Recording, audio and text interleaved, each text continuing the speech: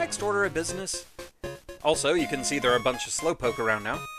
But it's time to deal with the gym. Azalea Town Pokemon Gym. Leader, Bugsy. The walking bug Pokemon encyclopedia. It's a bug-type gym. Yo, Challenger! Bugsy's young, but his knowledge of bug Pokemon is for real. It's going to be tough without my advice. Let's see, bug Pokemon don't like fire. Flying-type moves are super effective too. So, let's get going. Hi, are you challenging the leader? No way!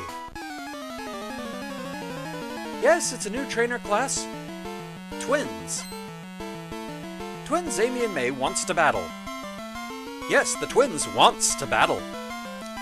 Interesting thing, though we got twins as trainers, they still just fight you one Pokemon at a time in 2nd Gen because double battles weren't a thing yet.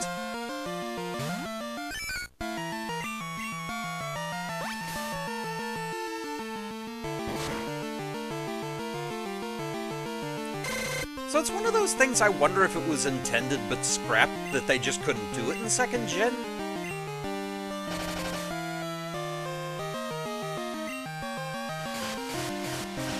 That part I really don't know.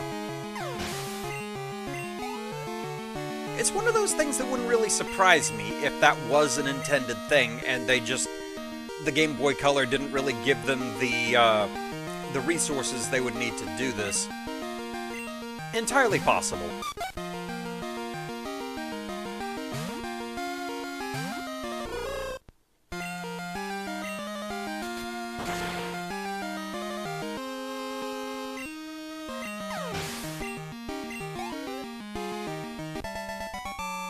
The twins was defeated. Oh, double goodness. It's either that or the twins were just made to showcase Pokemon that kind of work as a pair. Like, for example, Spinarak and Leddyba, they were version-exclusive counterparts between Silver and Gold. You're really strong. Our bug Pokemon lost. Oh, what a shame. Bug Pokemon are cool and tough.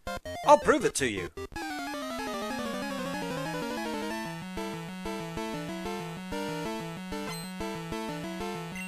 Bugcatcher Owl.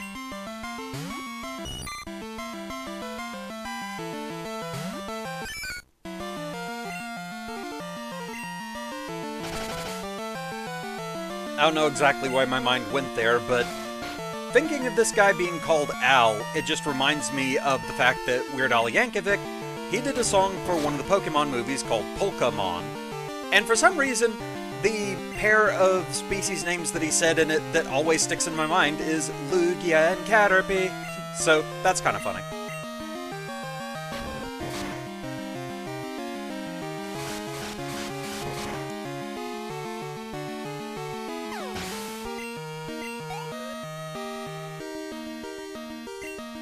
And Weedle. So yeah, another pair of bug Pokemon that basically work together more or less as counterparts in a way. Although, not twins this time.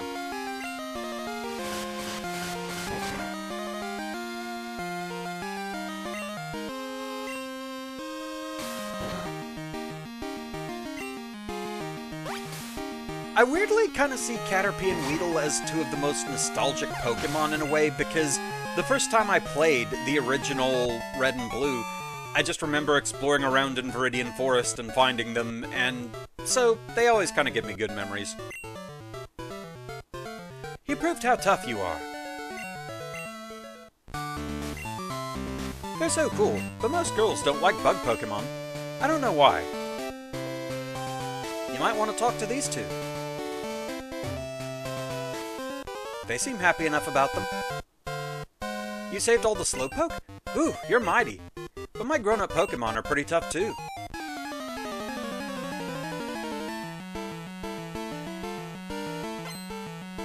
Alright, Josh, what you got? Paris. That could be a problem for you. That is a grass type. So are you going to focus on being a bug type? We shall find out. Ooh, that didn't even do half.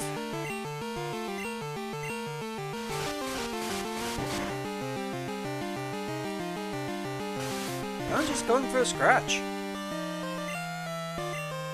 At this point, Water Gun can probably finish you off even though you resist it. Yep. We're good.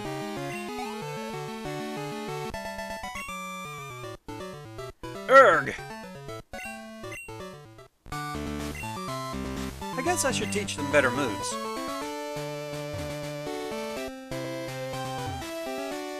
Yeah, one grass-type move and that could have gone very badly for me. Bug Pokemon evolve young, so they get stronger that much faster. Harder, better, faster, stronger? Okay, so you've got 3. It's Benny! And it's Weedle. So I have a feeling I know what we're gonna see here.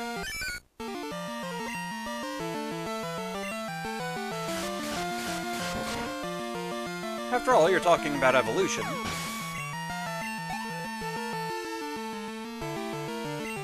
Yep. Time for Kakuna. Kakuna Matata.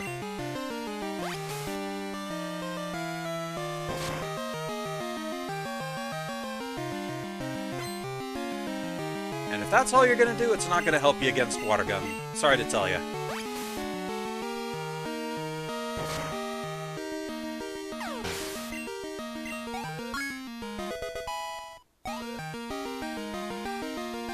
And next up, bees!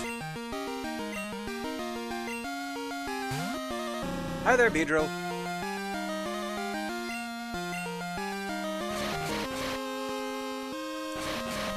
Okay, it's one of those 2 to 5 times moves. Luckily, it doesn't hurt too terribly much. But that didn't do a whole lot either. Let's see if Slam does any better. Because it is the fact that you're fully evolved that does make you a bit of a problem. So does missing Slam.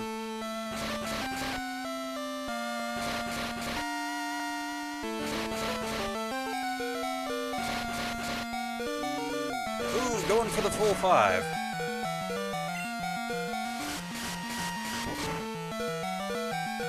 Okay, that did considerably more damage. But, yeah, we're gonna swap out.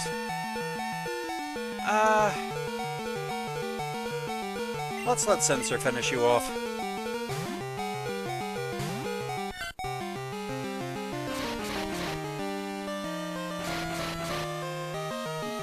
Also, just saying, Sentret and Furret, they are in the DLC for Scarlet and Violet, and Furret's Dex page photo is absolutely adorable.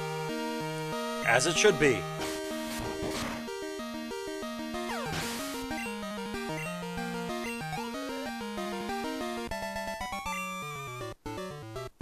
Just evolving isn't enough. Okay. So, for a specific reason, I am actually going to go back out and heal.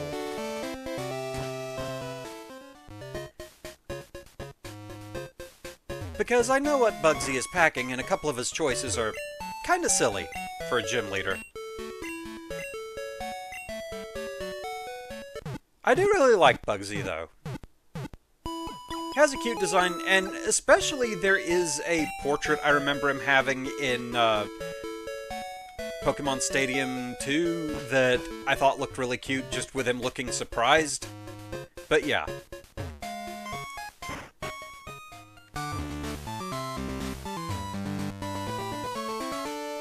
Not my favorite Johto gym leader, but he's up there.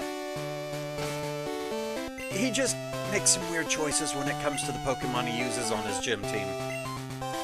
I'm Bugsy. I never lose when it comes to bug Pokemon. My research is going to make me the authority on bug Pokemon. Let me demonstrate what I've learned from my studies.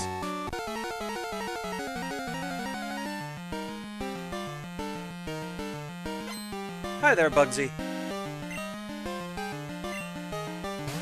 Yep, he's starting with Metapod. Hence why I wanted to get Dido healed up so that I had Water Gun again. So that Harden won't matter.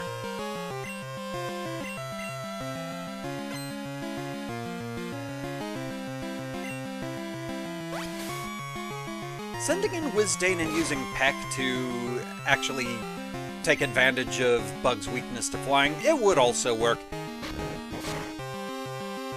But still, this feels like a decent way of going about things. And it goes ahead and gives her some more experience. But we're not done yet, because Cocoona. Yes, this mad lad uses 2 cocoons for his gym leader team. I don't mean to laugh.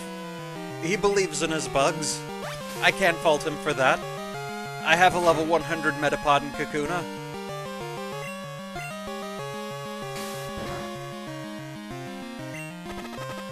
But when you're a gym leader... He did get poison off on Dido, though.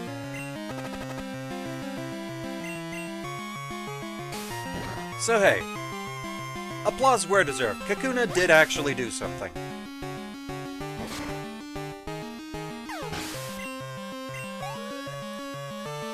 And next up, Bugsy gets serious. It's Scyther. That can be a problem if he gets to set up. Because the move Bugsy prides himself on is Fury Cutter, and the more times in a row that hits, the stronger it gets.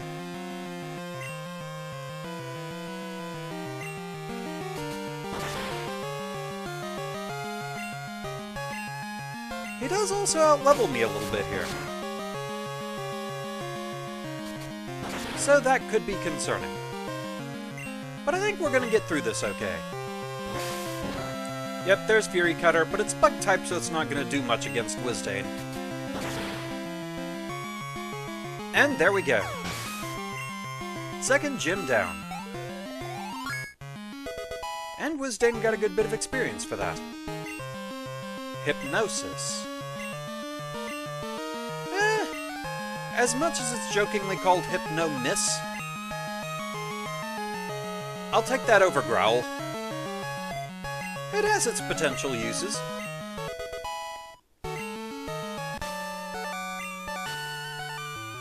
Whoa, amazing! You're an expert on Pokémon. My research isn't complete yet. Okay, you win. Take this badge. And we got the Hive badge. Do you know the benefits of Hive badge? If you have it, Pokémon up to level 30 will obey you, even traded ones. Pokémon that know Cut will be able to use it outside of battle, too. Here, I also want you to have this. TM49. TM49 contains Fury Cutter. If you don't miss, it gets stronger every turn. The longer your battle goes, the better it gets. Isn't that great? I discovered it! Oh right, there's poison going on. We need to get back to the Pokémon Center. Well done! That was a great clash of talented young trainers. With people like you, the future of Pokémon is bright.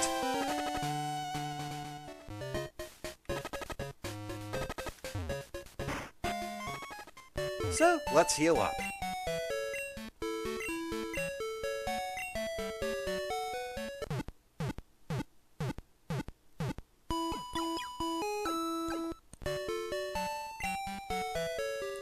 Now the thing is, I don't really know how many bug-type Pokemon I'm even gonna have on this run. So I don't know if I have anybody that can even use Fury Cutter. Can Webster?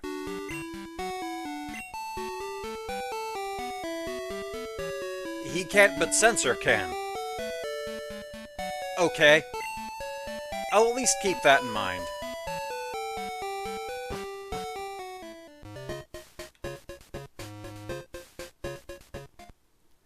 Oh goody.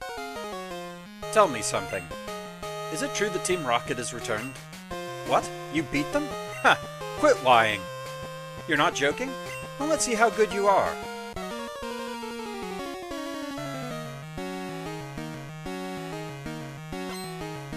Edgelord wants to battle.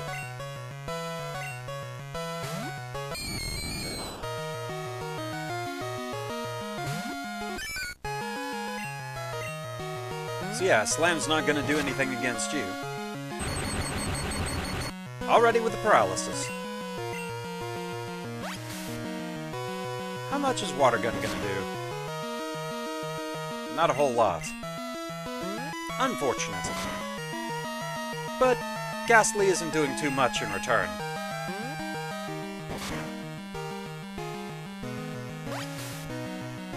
Stop licking my Wooper! Personal space, buddy.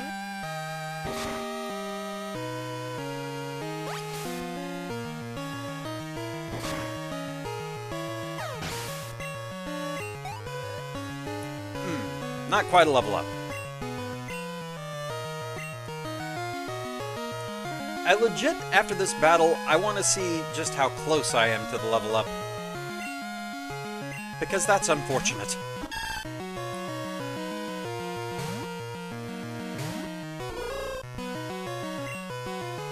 May as well try this out.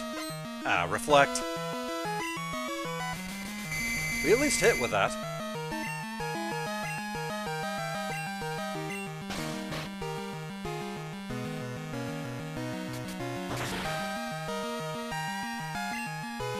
One thing I don't remember is if it was 2nd gen or a later generation that made it so that Reflect and Light Screen stayed in place even if you switched out.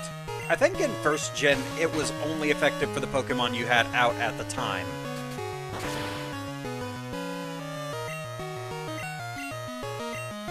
I know eventually it became something you could set up for others, but I forget if it was this gen or later. Either way, it's gone now.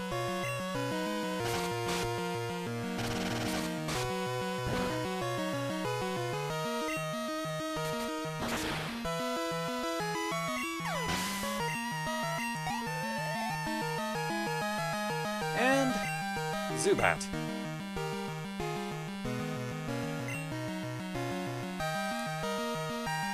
Yeah, I don't really have anything with me that'll be super effective against Zubat, sadly. But we'll let Bublin have some screen time.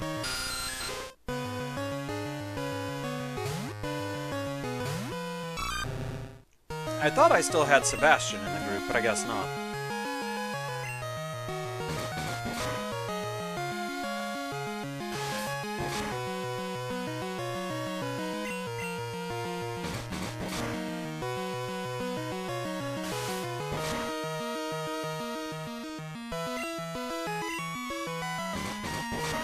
See if Water Gun does any better.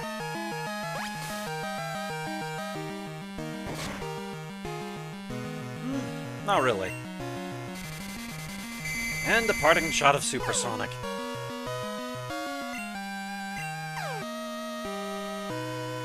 Anything to drag out the battle. Well, fine then. I'm not giving you the satisfaction.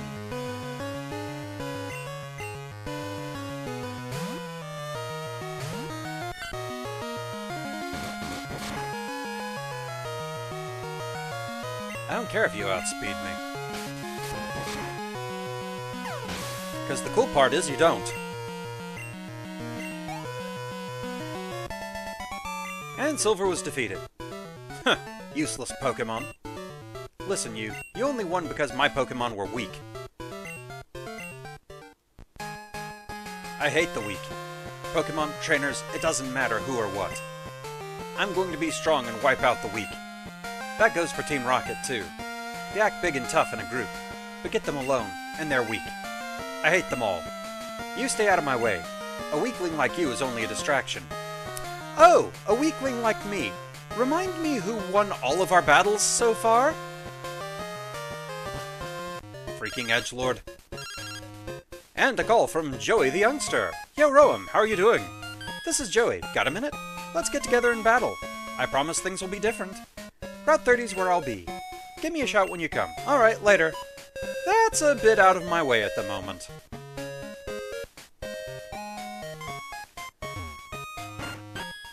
Eventually, once I have Fly and I can get around faster, then we'll talk about going back to some of these places where I've gotten phone calls. At the moment, it's a bit of a hassle. So too, honestly, is going all the way back to Professor Elm to show him Hatcher. We'll do that eventually, though, just saying, due to certain codes I used, it's not super important. Yeah, you get an Everstone for doing so. Who's that Pokémon? It's Sebastian!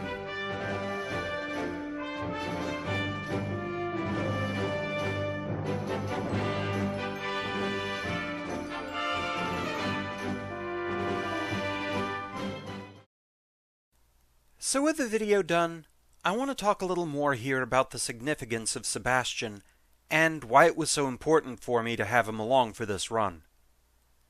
So, a long time ago, pre-YouTube channel days, I had already finished training all the Johto species to level 100 for my collection. Of course, even back then, I was already giving them all nicknames, thinking of backstories for them, trying to come up with interesting sources for names and such. With Mareep, I knew immediately I wanted to reference the whole "do androids dream of electric sheep" thing. It just made sense. I admittedly didn't know much about it, and so I did my research. That was when I found out that Blade Runner was based on the novel in question. I knew my mum liked that movie, so I asked who her favorite character in it was, and she told me about J.F. Sebastian. As such, Sebastian the Mareep is a tribute to my mum. She was a big fan of the character actor William Sanderson. She followed his career, watched just about everything he was in, she even sent him fan mail, and he was kind enough to respond. He was a very nice person. Some of her favorite roles of his were the rather strange woodsman Larry, accompanied by his brother Daryl and his other brother Daryl, from the TV sitcom Newhart, E.B. Farnham in the HBO series Deadwood, and of course, J.F. Sebastian in the movie Blade Runner. So, I knew right from the start I wanted this Pokémon to join me for the run. It was a bit more complicated than expected. I hadn't realized at the time that Mareep wasn't available in Crystal, and so shenanigans had to happen, but in the end, totally worth it, as this one really meant a lot to me. Thank you for listening, and I'll see you in the next episode.